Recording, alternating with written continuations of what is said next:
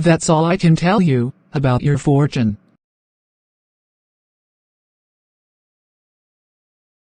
Could be a good one. Could be a bad one. All depends on you. Thank you, Mrs. Fitzgerald. It's good that I have a real fortune teller as a neighbor. Did you learn these tricks from East? Yes. I learned it for 12 years. When my husband was rising to become a lieutenant quartermaster, I was learning to become a fortune teller.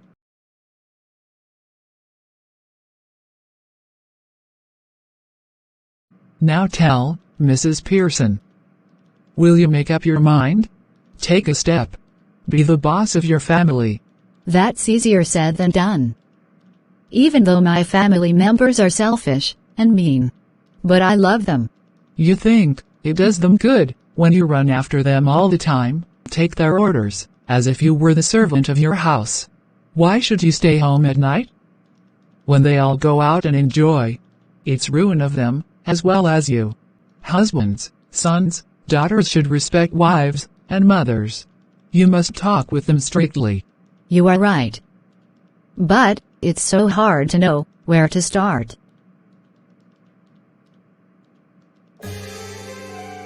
Look at the time. Tea is not ready, and they will be home at any minute. And they will be in a hurry to go out again. Let them wait or look after themselves. This is your first step. I agree with you. But I can't. If I promise you that I will make them right, I am sure that I'll not be able to keep my promise. Then let me do it. Oh no, Mrs. Fitzgerald. If you try to bring them to track, they will not listen. A person from outside my family cannot solve this problem. You haven't got the idea. I think you told me that you will do it. Yes, I will do it. But not as me, as you. You cannot be me. We can exchange our bodies. You will look like me, I will look like you. But that's impossible. How do you know? Ever tried it? No. I have. I had learned this trick also, from East. The effect will not last long, but will be long enough for what we want to do. Is it right? It's your only chance. Give me your hands, and keep quiet. Don't think about anything. Mrs. Fitzgerald recited some mantras. Then their bodies go lax, as if they had died. Then, their bodies were exchanged. Mrs. Fitzgerald came into the body of Mrs. Pearson, and Mrs. Pearson got into the body of Mrs. Fitzgerald. Mrs. Fitzgerald was smoking before this. Now, as she is in Mrs. Pearson's body, snatches her cigarettes from Mrs. Pearson.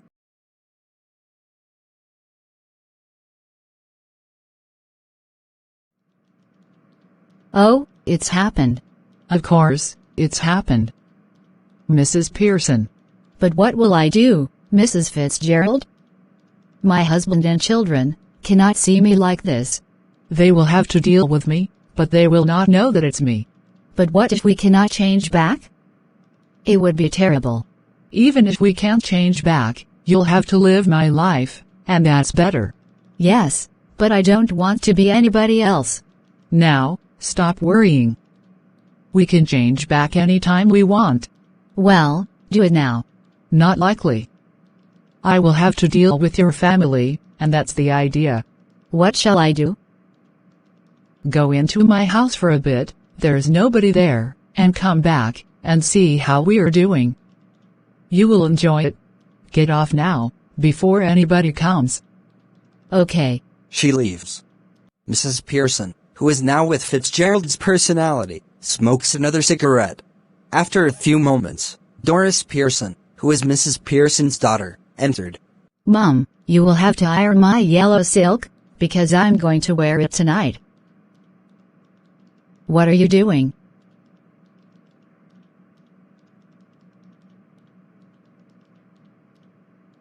What do you think I am doing, whitewashing the ceiling? You are smoking. No law against it. But I thought you didn't smoke. Then you thought wrong. Are we having tea in the kitchen? You can have it where you want. Do you mean it isn't ready? I have had all I want. I might go out later and get a meal at Clarendon. Mom, what's the matter with you? Don't be silly. It's not me who's being silly. I have been working hard all day, and you can't even make a tea for me. Did you hear what I said about my yellow silk? No. Don't you like it now? I never did. Of course I like it. And I'm going to wear it tonight. So I want it ironed. Want it ironed? Is it going to iron itself? No, you're going to iron it for me. You always do. But today, I don't. And don't talk rubbish to me about working hard. I know how much you do, Doris Pearson. I put in twice the hours you do, and get no wages nor thanks for it. Why are you going to wear your yellow silk? Where are you going? Out with Charlie Spence. Why? Why? Why? What's the matter with you? Why shouldn't I go out with Charlie Spence, if he asks me, and I want to? Any objections? Okay, tell. Why shouldn't I go with him? Can't you find anybody better? He is buck-teeth and half-witted. He isn't. When I was your age, I'd have found somebody better than Charlie Spence. Oh, shut up. Doris ran out of the room. After a moment, Cyril, who was Mrs. Pearson's son, entered. Hello, Mum. Tea ready? No. Why not? Because I felt lazy. Feeling off mood, or something? Never felt better in my life. What's the idea, then? Just a change.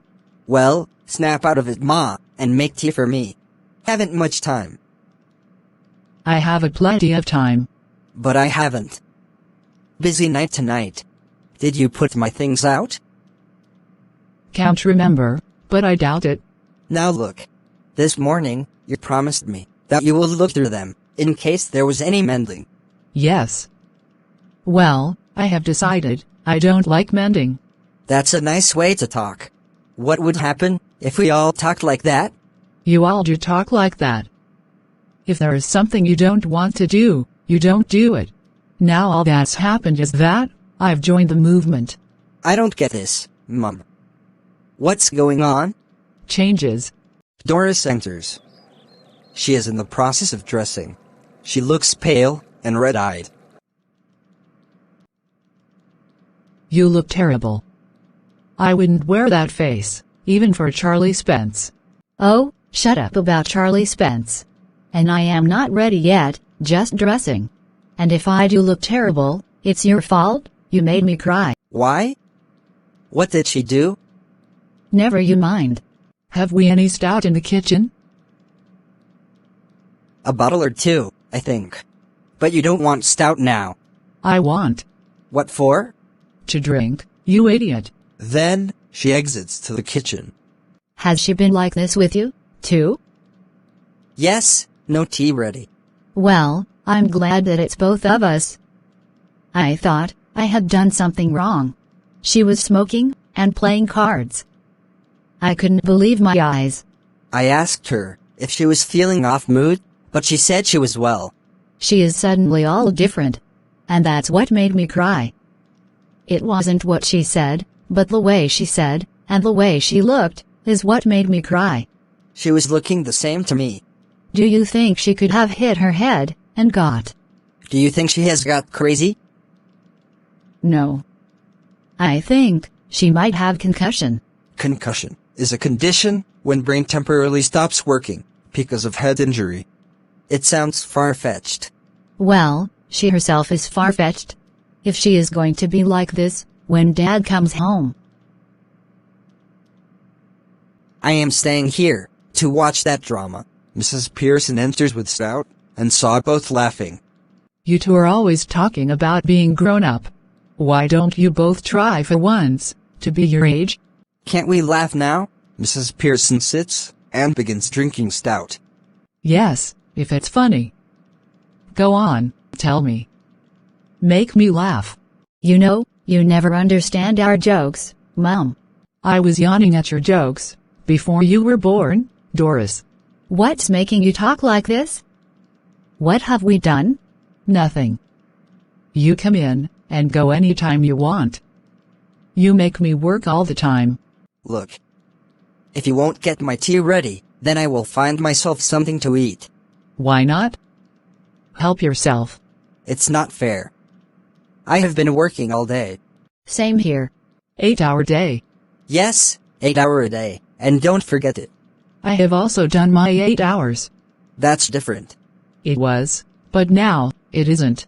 I will work for 40 hours per week. Because I will have 2 days off at the weekend. Cyril went to the kitchen to get something to eat. Mummy, you mean you were going to do nothing on Saturday and Sunday? No, I will not go that far. I might do some little works. But I will have to be asked very nicely and thanked for everything. I might go out for the weekend. Go out for the weekend? Why not? I am wanting a change. Stuck here, day after day, week after week. But where would you go? Who would you go with? That's my business. I don't ask you where you should go and who should you go with. Do I? That's different. The only difference is that I'm a lot older and better able to look after myself. So it's you who should do the asking. Did you fall or hit yourself with something? No. But I will hit you with something if you don't stop asking me silly questions. Oh, this is awful. Stop blubbering. You're not a baby. If you were old enough to go out with Charlie Spence, then you were old enough to behave properly. Now stop it. George Pearson, Mrs. Pearson's husband, enters. He notices Doris's tears. Hello. What's this? Can't be anything to cry about? You'll see. Doris runs out crying. Did she say you'll see? Yes. What did she mean? Better ask her. George notices her drinking stout. But Mrs. Pearson had never drank stout before. Stout? Yes. What are you drinking stout for? Because I desired some. At this time of day? What's wrong with this time of day? Nothing. But I've never seen you drinking stout before. Well. You're seeing me now. Yes, and I don't like it. It doesn't look right. I'm surprised at you. Well. That's a nice change for you. What do you mean? You were not surprised at me for a long time. I don't like surprises. By the way, I forgot to tell you that this morning, I will not be wanting any tea. Special snooker match night at the club tonight. So no tea. That's all right. I haven't made any. You mean you didn't get my tea ready? Yes. And a good thing, as it turned out. That's all well. But what if I wanted some? My goodness. Listen to this man. Annoyed because I don't get a tea for him, that he doesn't even want. Ever tried this at the club? Tried what at the club? Going to the bar, and telling them that you don't want a glass of beer. But you're annoyed, because they haven't already poured it. Try this at the club, and see what you get. I don't know what you're talking about. They would laugh at you, even more than they do now. Laugh at me? They don't laugh at me. Of course they do. You're one of their standing jokes. Famous. They call you Pompey Pearson. Because they think you're slow and pompous. Pompous means characterized by showy self-importance. Never. It always hurts me why you should want to spend so much time at a place where they're always laughing at you, behind your back, and calling your names. Leaving your wife at home, night after night. Instead of going out with her, who doesn't make you look a fool. Cyril enters with a glass of milk and a slice of bread. Cyril. You've been with me once or twice at the club. They don't laugh at me and call me Pompey Pearson. Do they? Go on. Tell me. Do they? Well. Yes, Dad, I'm afraid they do. I'll be damned. George exits, slowly, as if somebody has hit him on his head. Now you shouldn't have told him that, Mum. That's not fair. You've hurt his feelings. Mine, too. Sometimes, it does people good to have their feelings hurt. The truth does not hurt anybody for long. If your father didn't go to the club so often, perhaps they would stop laughing at him. I doubt it. But what I doubt is that whether your opinion is worth having. What do you know? Nothing. You spend too much time and money at greyhound races, and dirt tracks, and ice shows. Well, what if I do? I've got to enjoy myself somehow. Haven't I? I wouldn't mind so much if you were really enjoying yourself. But are you really enjoying yourself? Might be for me. I'll see. Cyril hurries out and re-enters after a moment. It's that silly old bag from next door. Mrs. Fitzgerald. You don't want her here. Certainly I do. Ask her in. And don't call her a silly old bag. Mrs. Fitzgerald is a very nice woman. With a lot more sense than you will ever have. Cyril exits and brings her in. Come in, Mrs. Fitzgerald. I just wondered if everything is all right. No, it isn't. Of course it is. You be quiet. Why should I be quiet? Because I tell you, young Pycan. Oh, no. Now, Mrs. Fitzgerald. Just let me manage my family in my own way, please. Yes, but Cyril. Mr. Cyril Pearson to you, Mrs. Fitzgerald. Cyril walks out to the kitchen. Oh dear, what's happening? Nothing much. Just putting them to their right places. I'm doing what you ought to have done long since. Is George home? Yes. I've been telling him what people think of him at the club. Well, they think a lot of him, don't they? No. And now he knows it. Oh dear. I wish you hadn't told him. Nonsense. Just doing them all for a world good. George enters and sits heavily on the armchair. Just came in a minute ago, I suppose, Mrs. Fitzgerald? Well, yes, I suppose so, George. George. Oh, sorry. What does it matter? Your name is George. Who do you think you are? Duke of Edinburgh. What has Duke of Edinburgh to do with it? And isn't it bad enough for her calling me George? No tea. Pompey Pearson. And poor Doris has been crying her eyes out. Yes. Crying her eyes out. Oh dear. I ought to have known. You ought to have known.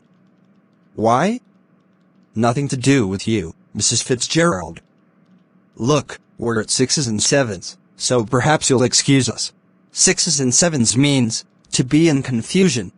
I will not excuse you, George. Next time a neighbor comes to see me, just say something, like good morning, or how are you? And don't just sit down. It's bad manners. No. It's all right. It isn't all right. We will have some decent manners in our house. Well? Well, what? Why don't you go to your club? Special night tonight, isn't it? They will be waiting for you. Go on, don't disappoint them. That's right. Make me look silly in front of her now. Okay, go on. Getting the neighbors in to see the fun. All right. Let her hear it. What's the matter with you? Have you gone crazy? If you shout at me again like that, George, I'll slap on your big, fat, silly face. Oh, no, please, Mrs. Fitzgerald. Either I am off my chump, or you two are. What do you mean? Oh, no. Please, Mrs. Fitzgerald? Look. You are Mrs. Fitzgerald. So why are you telling yourself to stop when you are not doing anything? Tell my wife to stop, then there may be some sense in it. I think you are drunk. Say that again, George. All right. Doris enters. Hello. Doris dear. Hello Mrs. Fitzgerald. I thought you were going out with Charlie Spence tonight? What has that to do with you? Stop that. No, it's all right. It isn't all right. I will not have my daughter talking to someone like that. Doris. Now answer her properly, or go to upstairs again. Don't look at me. I give it up. I just give it up. Well, answer her. I was going out with Charlie Spence tonight, but now, I've called it off. Oh. What a pity, dear. Why have you? Because, if you want to know, my mother has been going on at me, making me feel miserable, and saying, he is a buck-teeth, and half-witted. Oh. You shouldn't have said that. Mrs. Fitzgerald. I will manage my family, you manage yours. Blaming her now, are you? They are waiting for you at the club, George. Don't forget. And don't start crying again, Doris. That's enough, quite enough. Now listen, you two. I want to have a private talk with Mrs. Fitz. Mrs. Pearson. So I will be thankful if you two leave us alone for a few minutes. I'll let you know when we've finished. Go on, please. I promise, it will do good. There is something that only I can deal with. I'm glad somebody can, because I can't. I can't. Come on, Doris. George and Doris exit. We must change back now. Why? Because this has gone so far. I can see, they're all miserable. I can't bear it anymore. A bit more of this will do them good. A big difference is already made. No. I can't stand any more of it. We must change back. Hurry up, please, Mrs. Fitzgerald.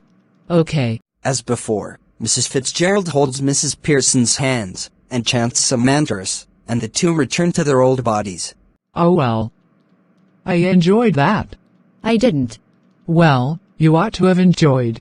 Now listen, Mrs. Pearson. Don't go soft on them again. Else all of this will be wasted. I will try. They have not had been punished, as long as they should have. One more hour of rough treatment will make it certain. I'm sure they will behave better now. But I don't know how I'm going to explain them. Don't you start any explaining, or apologizing, or it all will be wasted. It's all right for you, Mrs. Fitzgerald. After all, they are not your husband and children. Now listen to me. You admitted yourself that they didn't behave good with you. Any apologizing, any explanation, will throw you back where you were. Just give them a bold look, a tone of voice, to show them that you can be strict when you want to be. It will work. Anyhow, we can test it. How? Well, what is it you'd like them to do that they don't do? Stop at home for once? Yes, stop once at home, and make supper for me. Supper means evening meal. And what would you like them to do that you enjoy, but they do not? Well, yes.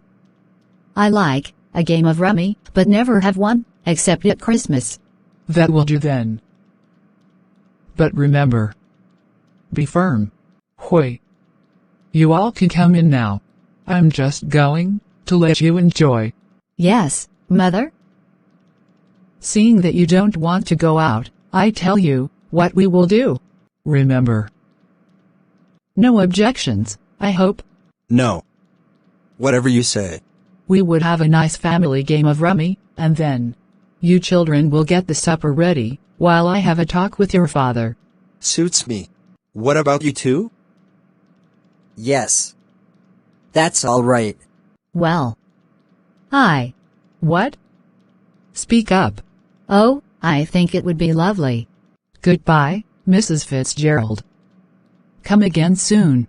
Yes, dear. Good night all. Have a nice time. This humorous act brings out the miserable condition of mothers in most homes. She works day-night, but gets no wages or thanks for it. But she is also a human being and needs rest. Do we ever think of it?